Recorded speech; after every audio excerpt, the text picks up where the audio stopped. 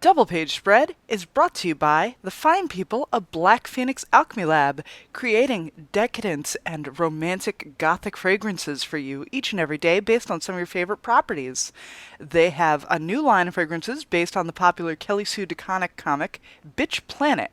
So, if you're into that and you want to smell non-compliant, go over to blackphoenixalchemylab.com, as well as DCBS, the discount comic book service. In addition to the incredible deals they give you every single day on all your favorite Marvel and DC and Image properties, they also have a lot of manga. So if you're listening to this because you're really into that, if you're listening to this because you love Japanese stuff, go over there and check out all of their incredible assortments of manga and anime and stuff that they have at dcbservice.com. And, if you want to help us out, you want to spread the word on Double Page Spread, definitely buy a t-shirt. Wear one of these cool t-shirts we got going from threadless.com. The link is in the bio. Or, maybe drop a kind word, drop a comment on the iTunes, or tell your friends. Something, spread the word, because I enjoy knowing that you enjoy me. Have a great day.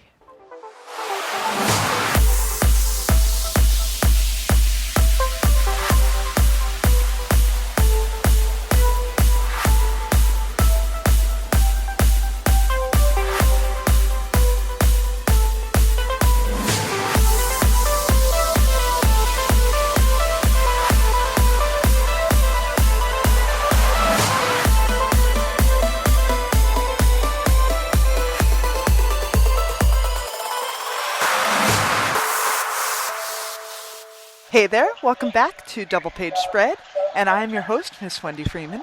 And tonight, I'm talking to two fascinating people who have a brand new project out called Flux Destiny, Fortuna's Rings, which is an anime-inspired audiobook. So let me welcome Chris Moujaes and Todd Haberkorn. Hey, Yay. Wendy. Hey, and Todd, you're at the airport right now, so that's exciting. I'm at the airport. I'm looking at all the people of different. It's so funny to watch everyone like this guy's calm, this person's rushing, that person doesn't know where they're going, and like I'm on like the second level looking down, so I can just like I'm like watching the club. I'm the club owner, and I'm just watching my club. You can cast judgment from your lofty perch. That's right, absolutely. Right, it's like the ultimate microcosm of humanity at the airport. Yeah. Oh, I like that guy's bag. That's very cool. Okay, yeah. So let's give a little background here. So Chris, you are the founder of Hero Helix, Yes. and you are the author, and you're an animation executive. You used to work for Funimation. You've done a lot. You've executive produced movies. You've done like every aspect of entertainment. It feels like. So first, wanted to thank you for having us. I appreciate it. And second, yes, I've kind of learned to be a jack of all trades when it comes to this business. I started off, as a lot of people do, on the art side, but you realize that if you really want to make content and you really want to make great stories and make them travel, then you've got to know both sides of show and business. And so I've been really, really lucky and privileged to be able to have worked in these very unique roles and work at companies like Funimation producing anime and movies and live action or animated. So I've even made a couple of music albums. So I've kind of been all over the place. Yeah. Oh, that's cool. I didn't know that. Yeah, they were based on the some of the anime movies I did. We started doing an initiative where we had some we were doing albums based on those anime movies. So we did some songs here and there. So I didn't get a Grammy. Nope, I didn't get a Grammy, but I can check it off my bucket list. It fascinates me, like, when I see the popularity of, like, you can go see orchestras performing Final Fantasy scores, and you can go see all these, bands and stuff doing, like, anime music or video game music. Like, it just amazes me, sort of like that crossover of culture with that. I'm going to hide my face right now because I was watching an anime symphony orchestra on YouTube like 30 minutes ago. So I was actually doing that. So it's funny you say that. Yeah. And Todd, you are so productive. Like, you have been a voice actor for many years, involved in so many popular things. Pokemon and Naruto, and Dragonball Z and Sailor Moon. I mean, you've even been Mr. Spock. You've been even done Star Trek stuff. Oh, and another Mister that I like is Mr. Knickerbocker and Barney. So I've done I've been very fortunate, like Chris was saying. I mean, you try to do the best you can and work with great people, talented people. Which I mean, I think that's the more fortunate of the perspective, is that I've been fortunate enough to work with so many great people that I'm just meeting for the first time, or just that I look up to, or that I watched when I was a kid, and it's fun to be able to play with those people behind the mic or behind the camera and learn from them. And it's been great working on this project and watching Chris just be so strategic within his realm and trying to, bring this IP to fruition. And I think he's doing a great job, and I'm glad that he puts up with me. So that's a plus. Thanks, man. I really appreciate that, man. And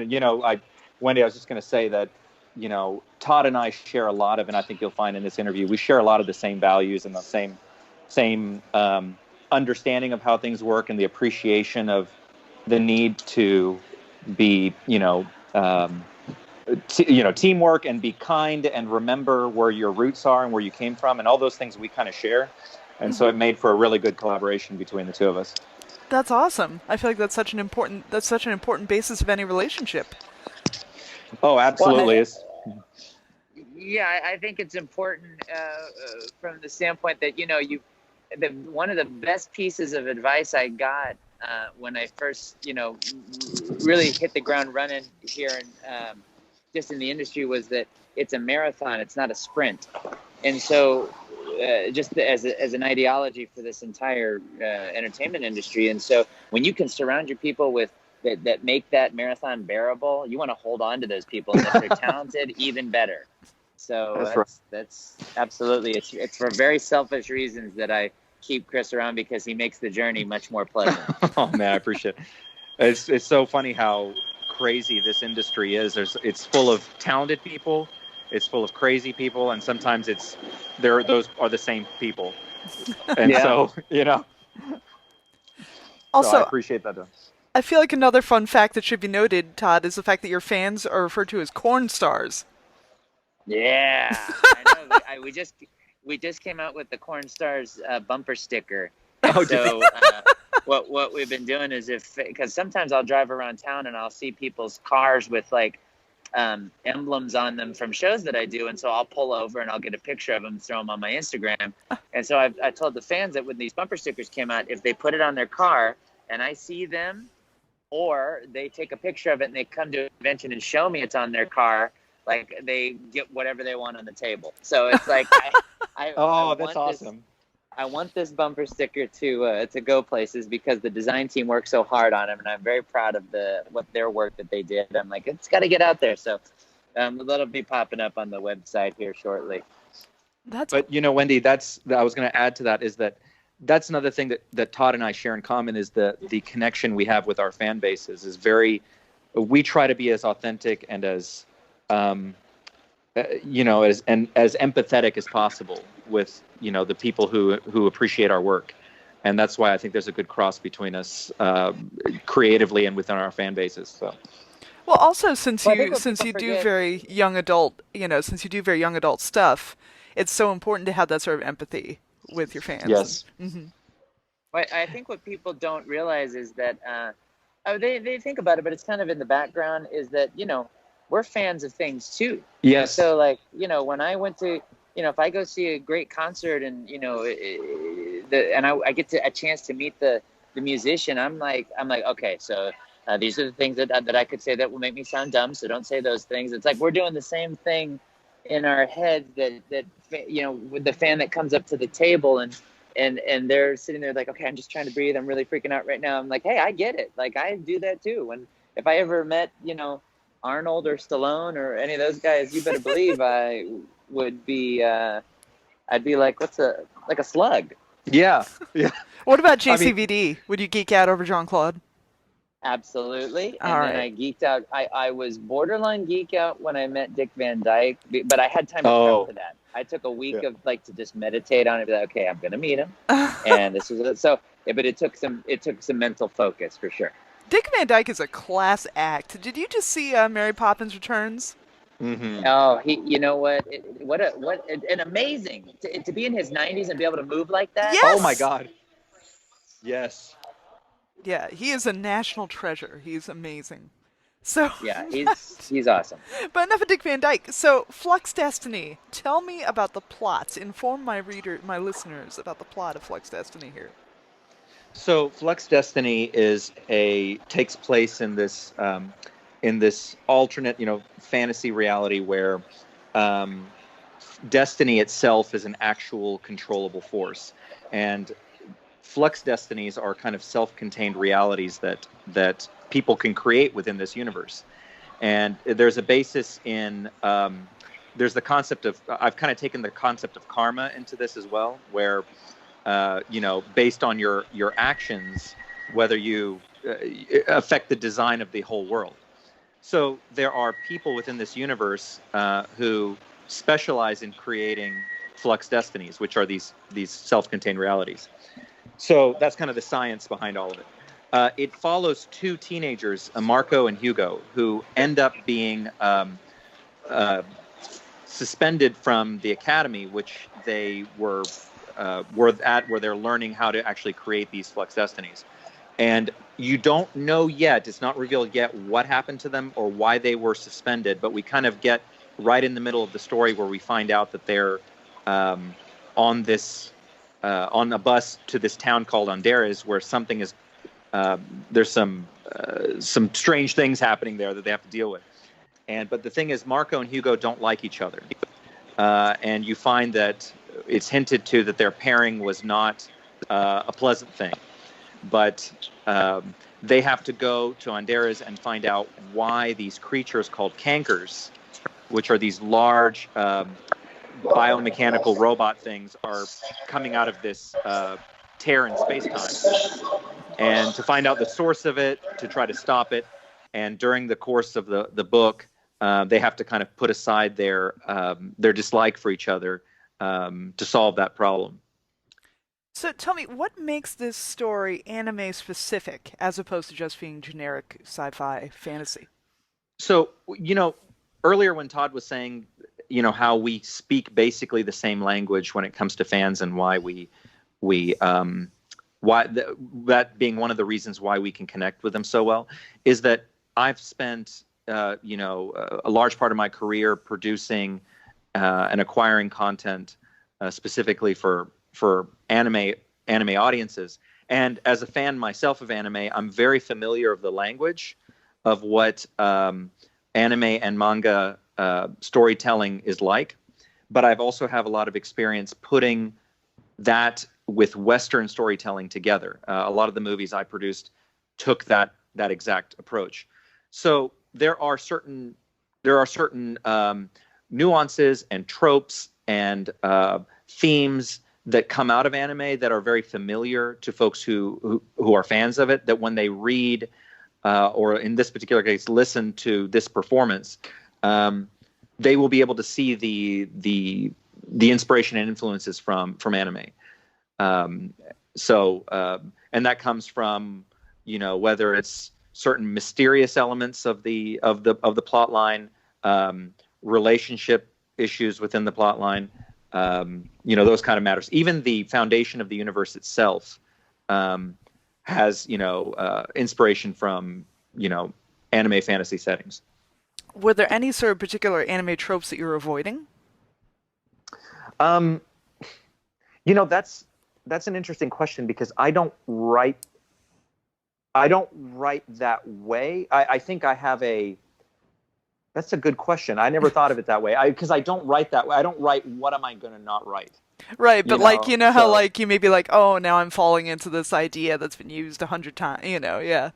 Oh, God, that's a good question. I guess it's hard for me to say, because the truth is that every IP and every story is unique in its own setting. Like, chocolate works great in a cake, but may not necessarily work in soup, right? And so it just depends on the context, I think. And so for me, there are certain tropes and things that maybe that end up becoming cliche that in certain settings that can actually be repurposed and spun a different way, that could be interesting in the next incarnation of it. Now, Todd, let's talk about how you find the voices for each of these characters. Like, especially as opposed to, doing regular animation stuff where you're just one character all the way through. Here, you have to be the narrator, you have to be women, you have to be children. How do you sort of develop what's the right tone to give all of them? Well, with this book, what was nice is that Chris had a really well laid out structure for the story and the characters and their attributes, and visually seeing them was great, and that really did a lot of the work for me right there. And I've done quite a few audiobooks, and so it's kind of like just taking those ingredients and then cooking up a Flux Destiny stew. And so in terms of finding the characters, I really just tried to stay true to my interpretation of what Chris presented and hope that I was being accurate with it. It can get a little tricky when you've got, all the different characters talking in one scene or in one chapter, and trying to, on top of that, plot out their journey, their destiny over the course of the book. And so doing that is something that you just get fluid in after doing it. I feel like enough times, and you can kind of speak the language and know where you need to put certain markers along the way to ensure that hopefully you're not only being true to the characters, but then also the storytelling aspect.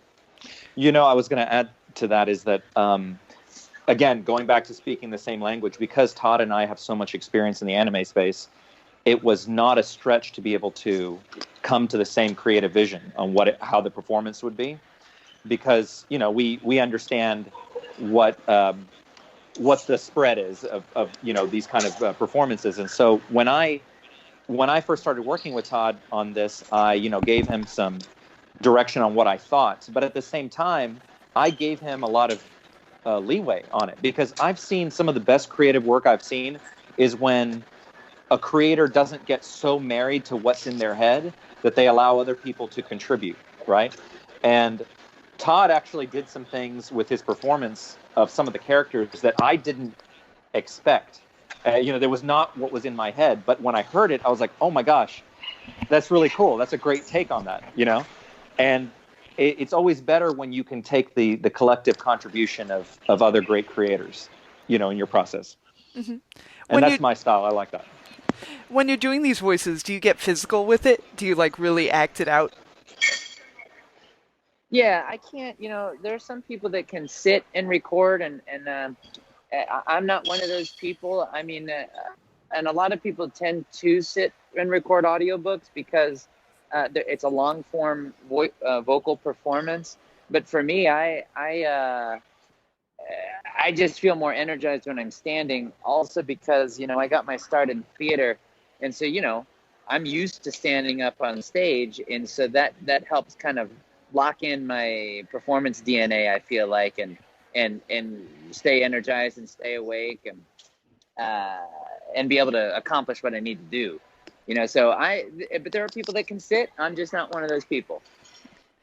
Now, one of the things I like about this story is that you combine tech elements, like you combine these elements of robots and these things like that, but also with these larger concepts like destiny and karma.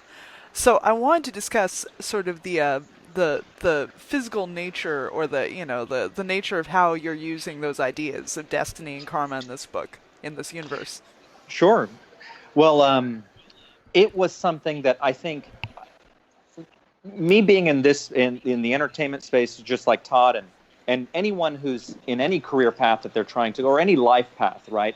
You go through life when you're growing up as a kid. Me as a kid growing up with Walt Disney, and every dream can come true, and all the stuff that we learned during that process, and you realize that life is way more nuanced than that. It's not as point A to point B. That getting your dreams to come true really requires a a willingness to take quite a few side quests to get where you're going. I wanted to take that concept, that feeling that everyone has, and that frustration that people have with finding kind of their purpose in life. And I said, how can I manifest this in a fantasy story that that would make sense, and that would also take into account cause and effect, right? And so in this universe, the underlying universe is this thing called the Great Machine, and every person has their own gear of destiny that is attached to this Great Machine, and basically it helps convey cause and effect, right? Based on the decisions you make, really impact how the world works. And that's how I was able to kind of take that concept and make it into literally turn it into a force that could be the underlying science of this story. Yeah, I like that. In Buddhism, we talk about like human evolution, which is like that idea of all the causes that you make in your life and how it affects your ultimate mission. So it's such a universal concept. And what I appreciated about that, and what I've taken the concept of karma, for example, and implemented into this book, where my take on karma in this particular world is that it's kind of what limits people from doing what. So, for example, if you can create whatever these kind of self-contained realities, a lot of people say, well, why don't I just make my own reality where I have this huge mansion, I have millions of dollars, and I live a perfect life? What stops me from doing that? What limits people in this universe from doing that is this idea of karma, is that when you start creating these flux destinies, you're essentially bypassing cause and effect, and you're imposing your own design on the world, right? Mm-hmm. You're just designing things from scratch, and then that has a karmic impact, right? Yeah. And so this whole world is powered on karma, and they found a way to actually use karma to power their modern society. Right. Well, I mean, the whole idea of karma isn't as cut and dried. It's not like, oh, well, I fed a stray cat today, something good is immediately going to happen to me. Right. The whole idea of karma encompasses past and present and future, ideally. So yeah, I like that idea. I'm glad I figured you would enjoy that, and because when I spoke to Wendi, and she told me, Danielle. To Danielle, and yeah. she told me that you guys have a common background. I knew that you would appreciate that, and I had to find a way to take it, because there's so many interpretations of it, to find a way that could make it very understandable and very just kind of that could be applied very simply in this particular universe. So, and I like to believe that it exists, because a lot of people, you want to put good out there and you hope that it has its impact. But the idea of the Great Machine is that the world is way more complicated than it is. You can put a lot of good out there, but it doesn't necessarily, at least in the context of Flux Destiny, is that it doesn't necessarily mean that you're going to get good back, because the world is just so interconnected in this particular fantasy universe. Mm-hmm. And let's talk about Marco's relation to his Flux Destiny. Okay. So Marco, in this, everyone has Marco has a broken destiny, and that's what that's revealed to us at the beginning of the story. We don't know how it's happened, because that won't be revealed till the next book. But it's a very, very it prevents him from being able to create his own flux destinies, and in this particular universe, because there are certain tears in space-time, there's like literally, if you were to walk out the street, there would be a hole there where nothing exists. There's just no reality there. And these particular people who have the skill of creating flux destinies can patch over those and create their own realities. He can't do that because he has because of his own broken destiny. And so, but that's what he wanted to do. That was his life dream, was to become one of these master what they're called storytellers in the book, master storytellers who creates these flux destinies. And he can't do that. It's prevented him from doing that. And so naturally he carries that a lot of bitterness, because he felt entitled, and he felt that he was destined for a particular path, and now he can't achieve that. So his goal is now to try to find a way to fix his flux destiny. And his relationship with Hugo, who is his counterpart, they're supposed to find a way to fix that. Yeah, it's funny. It also kind of reminded me a little bit of like in the Golden Compass in those novels about Hmm. that idea of like the externalized soul, like how at a certain age you would have like this animal familiar spirit type thing, and how certain characters are severed from theirs.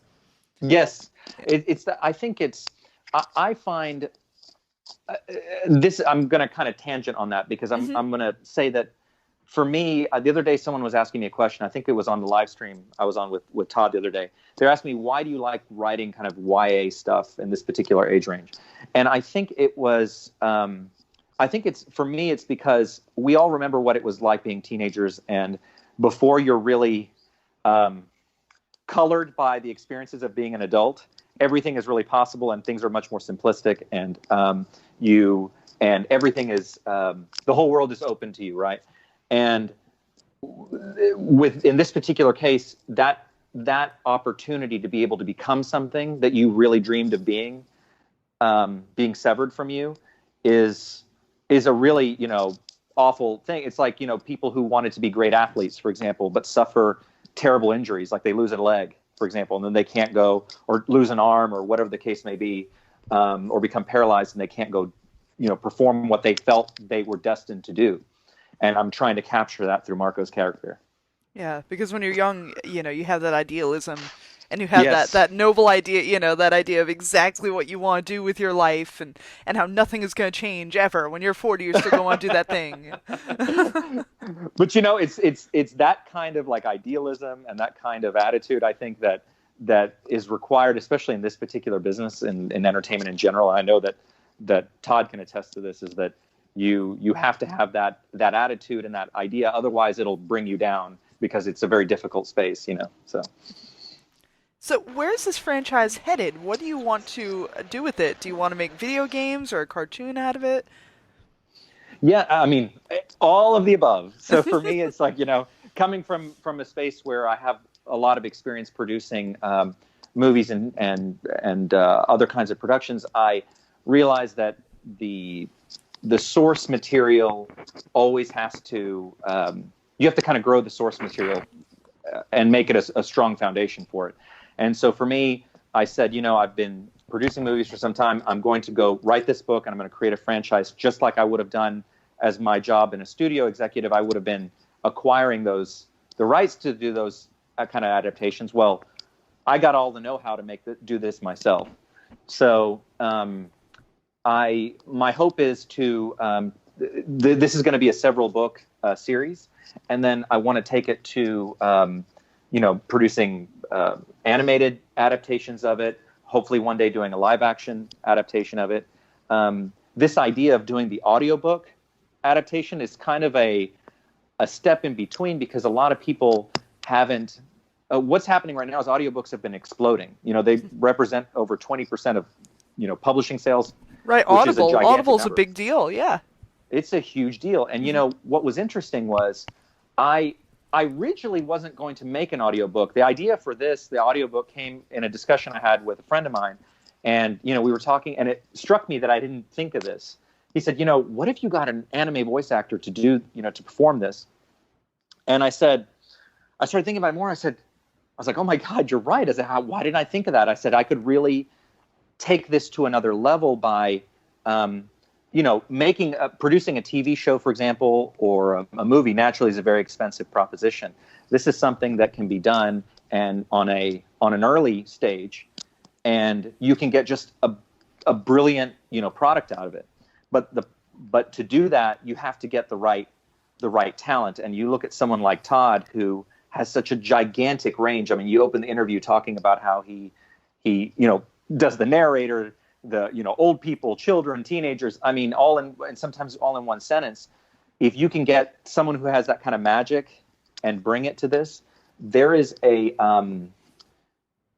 a reaction to this product that exceeded my expectations, because people saw it was like listening to an anime.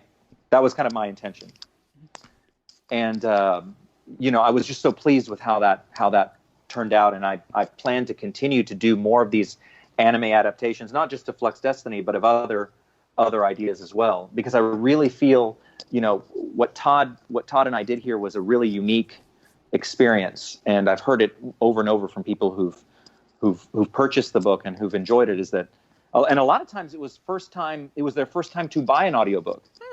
There's a lot of people, a lot of teenagers would tell me, said, I've never had an audiobook. This is the first time I've done it, and you've opened my eyes to audiobooks. And you know, I'm sure you, Wendi, have probably listened to a lot of audiobooks too. A lot of them, the performances can kind of be dry, or you know, it's not really. But when you listen to Todd, it's just like, I mean, I can't tell you how many times I've listened to this. You know, it's one thing when I've written it as a writer, you write the thing over and over, and you know it, you know, and you get like, oh my God, I've written this and edited a million times. But I can listen to it, and just the magic of his performance, I can see why people have reacted that way. Well, it's interesting also to talk about like the popularity things. Like there's that company Big Finish, you know, and they make those Doctor Who audio plays. They make Yes. Doctor Who audio plays, and they make all these different things, you know, and they bring in the real actors from the shows, and they have the rights to all those things. And those are tremendously popular. You know, so I think this is definitely something there's a great idea. And of course, a lot of people, how many people listen to the audiobooks of Harry Potter, the Harry Potter books? Oh, I mean, yeah, I was one of them. Right, I forget the name of the man who James, the guy who narrates those. Yeah, I forget his name too, but I heard them. I heard them too. Right. And I just I saw that there's a magic to these, and I think that in a world where we're so worried about what's next in terms of technology, sometimes the magic still exists in stuff that is maybe less high tech, right? You know, calling this a radio play might sound really old, old sounding for people who might know what that means. But in an era of podcasts, in an era where things are popular, like Welcome to Night Vale, things like that, you know, I mean, I think that's an idea that's fully coming back. Oh, absolutely. And if I could become the Pixar of audiobooks, I would do it. Because I'm telling you, I love this because it's something that's so fun to put together.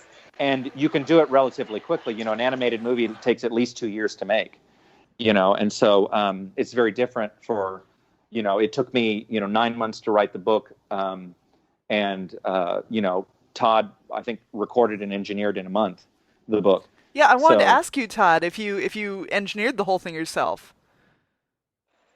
Yes, I've been engineering and just doing all aspects of production. It started in on set. I was like, well, let me try this out. So I knew all the hats, and then that helped me be a better communicator when I was making my own projects with the people in those roles. And so, you know, I like production. I like audio production as well. There's a puppet theater in Texas called Geppetto's Theater, and it's kind of co-founded with another anime voice actor. He's a buddy of mine. He has that with a buddy of his, and they're both legendary puppeteers. And they have a brick and mortar space where they put on these shows like Little Mermaid and Cinderella and Jack and the Beanstalk. In addition to going out to schools and sometimes underprivileged schools and bringing this kind of what you were talking about, an older art form to those schools, but where the current art form ties in is that those puppets need audio to do their show too. And so I sound design and cast and direct all the actors that come on board for to build a soundscape with music and effects, etc., so that you're watching a produced audioscape as a backdrop to these puppets on sets and with lighting, etc., and the little baby proscenium that they do their show in, and so I like engineering. I like doing stuff behind the scenes as well. So it's unfortunately I like buying a lot of gear. So my garage is filled with it. But yeah, no, I did engineer it, and it's something that I certainly get a thrill out of. Well, you can even, like Wendi, when you listen to the book and you hear that in Todd's performance, it's not, sometimes when you listen to audiobooks, the narrator will maybe attempt to do the different voices, and you can kind of get an idea. Todd actually, that's why I've been using the word performance in this as opposed to narrated, because Todd, and this is where his engineering comes in as well, he'll have moments where the characters shout, or they'll whisper, or there's all sorts of, different nuances and to their performance that's captured. And his engineering really brings that out too, is that he's able to, do all that without, killing your ears. But at the same time, delivering something that sounds like you're sitting and listening to a movie.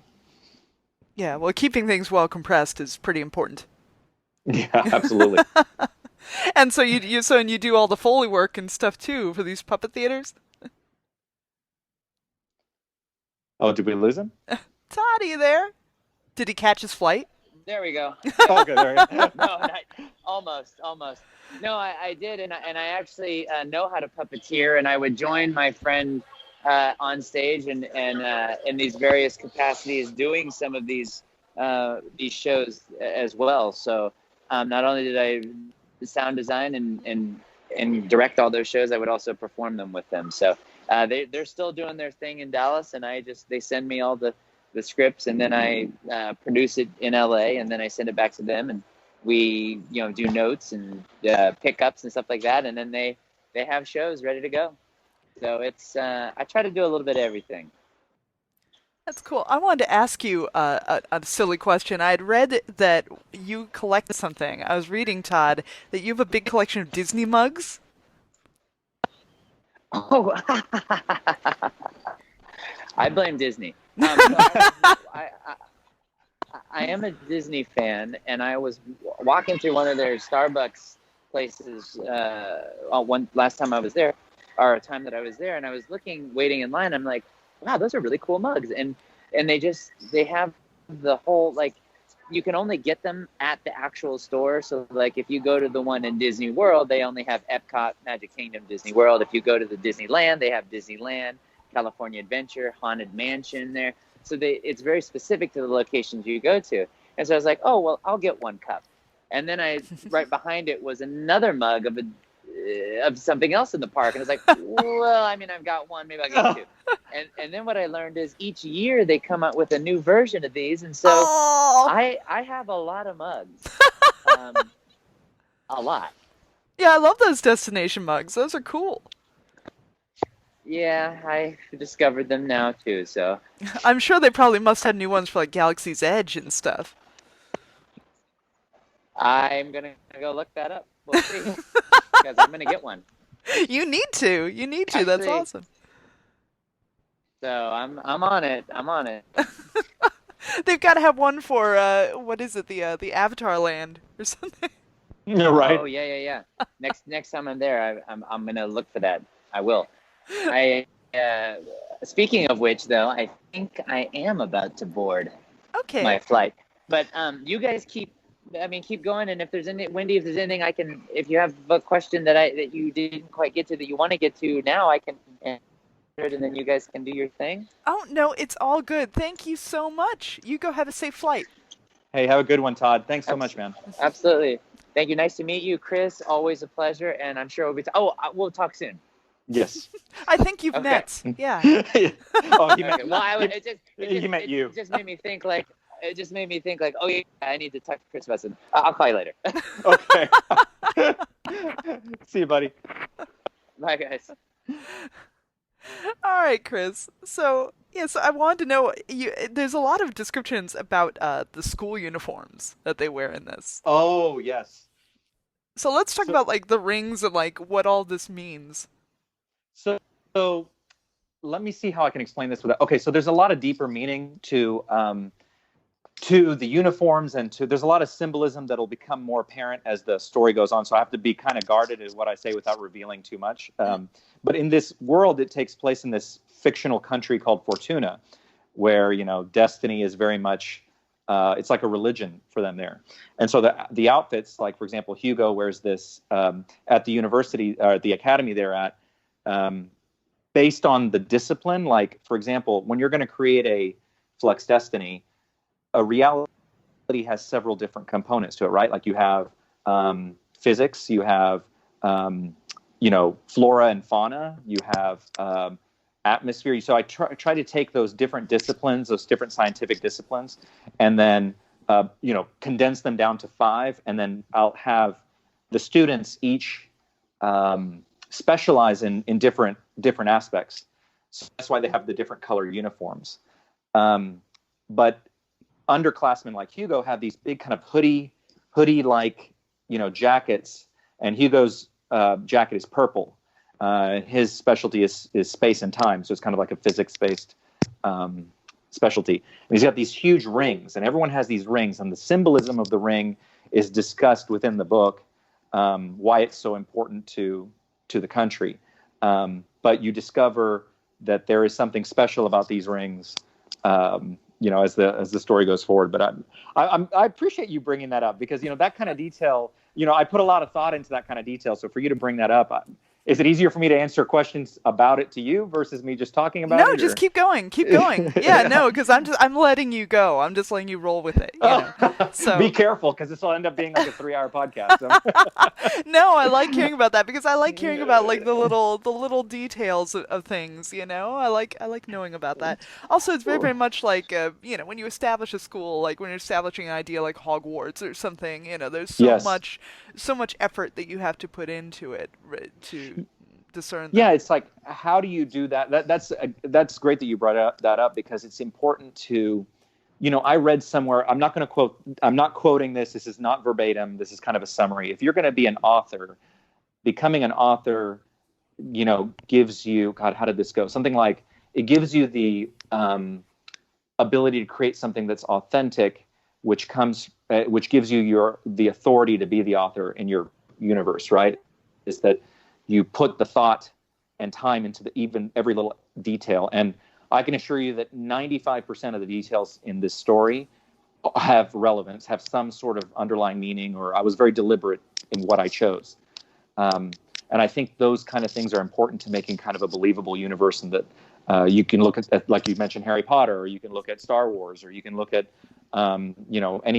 look right now, My Hero Academia, which is a very popular anime franchise right now. These details in these universes are very important, and I've been working on this for years. This was not something that just kind of popped up overnight. It took me a while to get to the point where I was ready to write the book. Well, also, I feel it's so important to have these elements of details in, because eventually you're going to have to let go of your baby. Eventually, yes. And also because there are going to be people who are writing fan fiction or doing cosplay or doing all these things. Eventually you're going to be making such a universe that other people are going to be sort of taking control of it. And I think I'm one of those creators who's okay with that and encourages that. Our community, our fandom for Flux Destiny is very active when it comes to like fan art and those kind of works and fan fiction within the universe. And I've seen some just beautiful work come from people over the years, and seeing their interpretations of my work. Of kind of what I intended is great. And I love, it kind of goes back to what I was saying about when Todd was performing, and when he would come up with his own interpretation, and I was like, wow, that's even better than what I was thinking, Mm-hmm. So I love when it sparks something in people and it helps. I like that. I'm not one of those creators who's like, I'm so precious to this is my vision and that's it. That's not fun. I don't find that fun.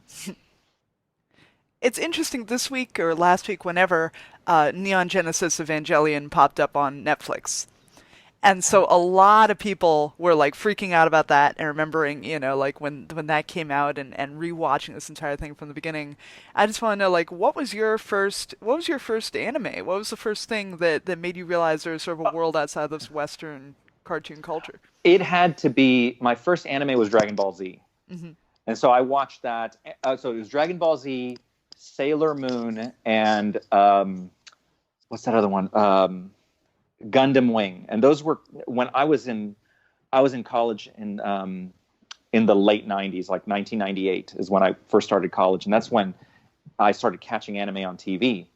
And I was just so captured by the Western style storytelling, especially when it came to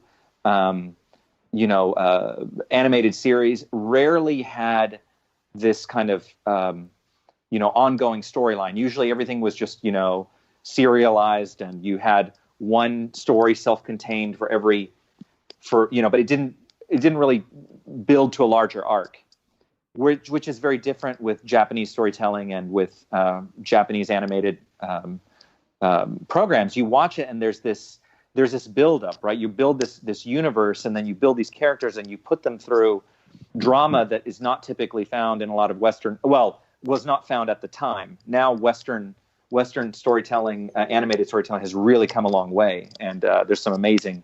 Look at Steven Universe. Look at some of these other things that have really, have come since then. Right, like Adventure Time and all of that. Or Adventure Time. Those kind of. It's really come a long way from the Disney afternoon. Yeah. Well, and also so, anime sort of brought in that idea of more emotion, more sort of long-term emotional storytelling. It wasn't just like happy all the time. It was much more complex. Yes, and that's what really appealed to me. And I saw that, at the time, you look at the stuff we were growing up with at the time, DuckTales and this kind of stuff is really it's really kid stuff. But then as you kind of graduate into anime, which is a whole different level of thought and storytelling, and I was just it really just blew my socks off. Now Dragonball Z, I remember watching it and just being caught up with it. And I never thought that. It was funny because I never thought I would end up being an executive at that company. Later in my career, it was very weird that ended up happening. But those things had a major impact, and so I really attached myself to anime and really just fell in love with it. And what's interesting though is that when you try to marry the two, like one of the movies I produced was based on a very famous video game called Dragon Age, and which is very Western, very Western, very Tolkien-ish. Tolkien-esque? Tolkien-esque? Tolkien-esque. That's right. Tolkien-esque. That's right. Now we're just making up words. It's all right. We're just making up words now. So, and then to take that and then to bring on, a Japanese director, and in Japan, with anime shows, we really refer to them more as creators as opposed to directors, and they have a lot more weight in the production than an American animated director would have. You really bring them on because they have a specific voice or specific style, and that sets things up for creative clashing, right? Because they're not going to just listen to what the studio tells them. You brought them on for a reason because you want their style. So, there is taking something like Dragon Age or Mass Effect, which was another anime movie I produced, and then marrying that with elements of anime storytelling. There are some things that there's a negotiating that has to happen, right? To make that work between the two cultures.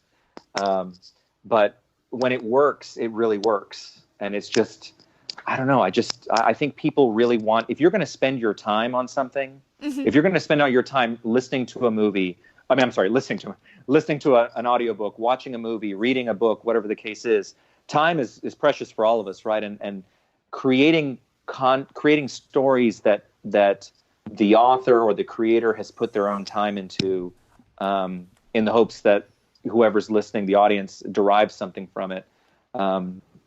It is, I think, important to readers because there's so many options nowadays. You can watch a bunch of free crap on YouTube, which I'm guilty of. I watch tons of free crap on YouTube, and there's a lot of great stuff on YouTube. Right. But when it comes to like really getting into something, I don't know. I just feel a mission for that to create, meaningful worlds and stories. Cool. Well, let's wrap up. Let's tell people where they can find Flux Destiny. You can listen to the first chapter of it for free. That's right. You can listen to the whole chapter the first chapter for free if you go to buy.fluxdestiny.com. And I will put the link. The there. Link is in the show notes. Go click on that right there. And so you can listen to it there. And if you get lost, you can always just go to fluxdestiny.com and it'll lead you there. And then it's available on Audible, on iTunes as well. Cool. Well, thank you so much. Thank you for everything, and thank you to Todd. Oh, absolutely. No, thank you. I appreciate you having me, and I appreciate you actually, your attention to detail in the story. That means a lot to me, and I appreciate you giving me a chance to share this with your listeners. All right, cool. Well, thank you.